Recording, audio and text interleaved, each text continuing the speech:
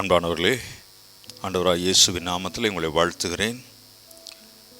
பழைய ஏற்பாட்டு பரிசுத்தவான்களுக்கும் புதிய ஏற்பாட்டில் இருக்கிற நமக்கும் ஆண்டவர் பெரிய வித்தியாசத்தை கொடுத்திருக்கிறார். பெரிய ஆசீர்வாதங்களை தேவன் நமக்கு கொடுத்திருக்கிறார். வேதத்தில் இவ்வாறு வாசிக்கிறோம். யோவான் எழுதின சுவிசேஷம் 3ஆம் அதிகாரம் 16வது வசனத்திலே, தேவன் தம்முடைய ஒரே பேரான குமாரனை விசுவாசிக்கிறவன் எவனோ அவன் கெட்டு போகாமல் நித்திய ஜீவனை அடையும்படிக்கு எவ்வளவாய் உலகத்தில் அன்பு கூர்ந்தார், அவரை தந்தருளி எவ்வளவாய் உலகத்தில் அன்பு கூர்ந்தார் என்று சொல்லி நாம் பார்க்கிறோம். பழைய ஏற்பாட்டு பரிசுத்தவான்களுக்கு இல்லாத ஒரு ஆசீர்வாதம் நமக்கு ஆண்டவர் கொடுத்திருக்கிறார் இயேசு கிறிஸ்து மூலமாக. எப்படி என்று நாம் பார்க்கும்போது, பழைய ஏற்பாட்டிலே பெரிய மாபெரும் முற்பிதாக்களில் தலைவனாக இருக்கிற ஆபிரகாமை நாம் பார்க்கிறோம்.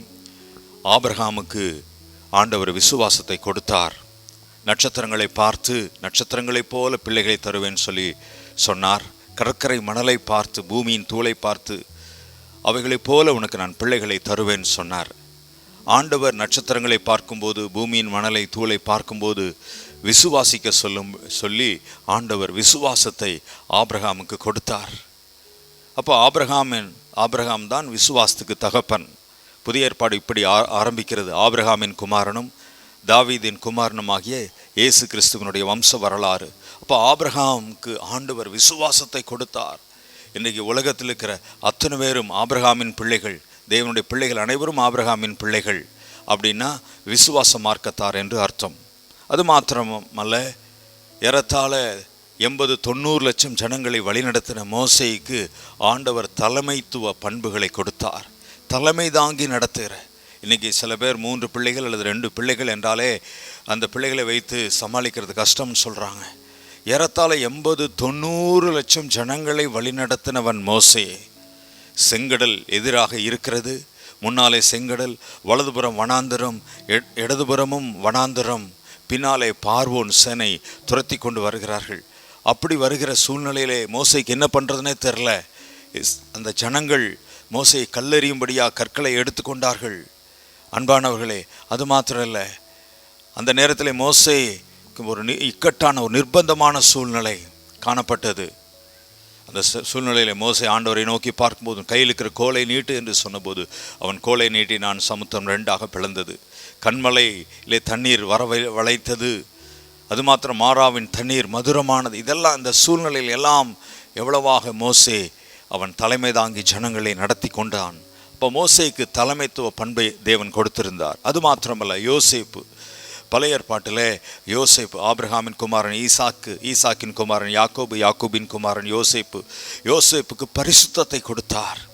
போர்த்திபாரனுடைய மனைவி யோசேப்பினிடத்தில் தவறாக நடக்க வந்தபோது அவன் சொன்ன வார்த்தை, இந்த வீட்டிலே என்னை தவிர வேறு பெரியவன் யாரும் இல்லை, ஆனால் இந்த எஜமானுக்கு விரோதமாக நான் பாவம் செய்வது எப்படி என்று சொல்லி தன்னை பரிசுத்தத்திலே காத்து கொண்டான். தேவன் யோசேப்புக்கு பரிசுத்தத்தை இலவசமாக கொடுத்திருந்தார். எவ்வளோ பெரிய பாக்கியம்! அவன் பரிசுத்தவானாக இருந்து எகிப்து நாட்டை ஆளுகை செய்கிறவனாக இருந்தான். சிம்சோனுக்கு ஆண்டவர் பலத்தை கொடுத்தார். பரிசுத்தாவியானவர் அவன் மேல் இறங்கின போது அவன் கழுதையின் தாடை எலும்பு எடுத்து 1000 பேரை வெட்டி கொன்றான். 2 நரிகள் வாளை கட்டி 300 நரிகளை பிடித்து எகிப்தினுடைய வேளாண்மையை அழித்தான்.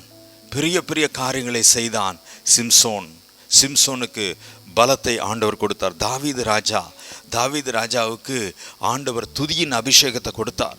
கர்த்தரை நான் எக்காலத்திலும் ஸ்தோத்தரிப்பேன், அவர் துதி எப்பொழுதும் என் வாயில் இருக்கும் என்று சொல்லி சொன்னான். உலகத்தில் இருக்கிற அத்தனை தேவனுடைய பிள்ளைகளையும் துதிப்பதற்கு முன்னோடியாக இருந்தவன் தாவீது ராஜா. எப்பொழுதும் கர்த்தரை துதிங்கள், எல்லாவற்றிலும் கர்த்தரை துதிங்கள் என்று சொல்லி அந்த சங்கீதங்களில் பெரும்பாலான சங்கீதங்கள் தாவீது எழுதினது. இன்றைக்கு துதிகளுக்கு முன்னோடி தாவீது ராஜா. அன்பானவர்களே, சாலமோன் ராஜாவுக்கு ஆண்டவர் ஞானத்தை கொடுத்தார். ஞானத்தை கொடுத்து மற்ற நாட்டு ராஜாக்கள் ராணிகள் ஆச்சரியப்படுகிற அளவுக்கு அவனுக்கு அவ்வளோ ஞானம் இருந்தது. எறும்பின் மொழியை கூட அறிந்திருந்தாராம் சாலமோன் ராஜா. ஆகவே அன்பானவர்களே, ஆபிரகாமுக்கு விசுவாசத்தை கொடுத்தவர், யோசேப்புக்கு பரிசுத்தத்தை கொடுத்தவர், மோசேக்கு தலைமைத்துவத்தை கொடுத்தவர், சிம்சோனுக்கு பலத்தை கொடுத்தவர், தாவீது ராஜாவுக்கு துதிகளின் அபிஷேகத்தை கொடுத்தவர். அன்பானவர்களே, உங்களுக்கு எனக்கு ஆண்டவராகிய இயேசுவையே கொடுத்திருக்கிறார். தேவன் தம்முடைய ஒரே பேரான குமாரனை விசுவாசிக்கிறவன் எவனோ அவன் கெட்டு போகாமல் நித்திய ஜீவனை அடையும்படி இவ்வளவாய் அன்பு கூறி அவரை தந்தருளினார். இயேசு நமக்காக தந்தருளப்பட்டிருக்கிறார்.